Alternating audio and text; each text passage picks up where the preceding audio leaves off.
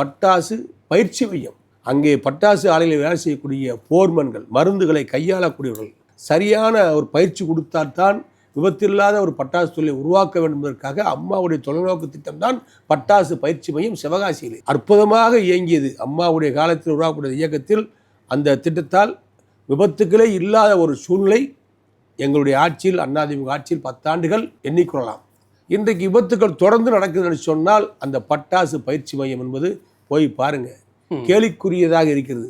அது இயங்கவில்லை என்று சொன்னாலும் பரவாயில்லை, அதை இடிக்கின்ற சூழ்நிலையில் இருக்கிறார்கள். கண்ணாடியெல்லாம் உடைத்து பராமரிப்பு இல்லாமல், பாதுகாப்பு இல்லாமல், யாருமே போகாமல் வராமல், அரசு அதிகாரிகள் யாரும் இல்லாமல் ஒரு காட்சி பொருளாக பட்டாசு பயிற்சி மையம் சிவகாசியில் இருக்கிறது.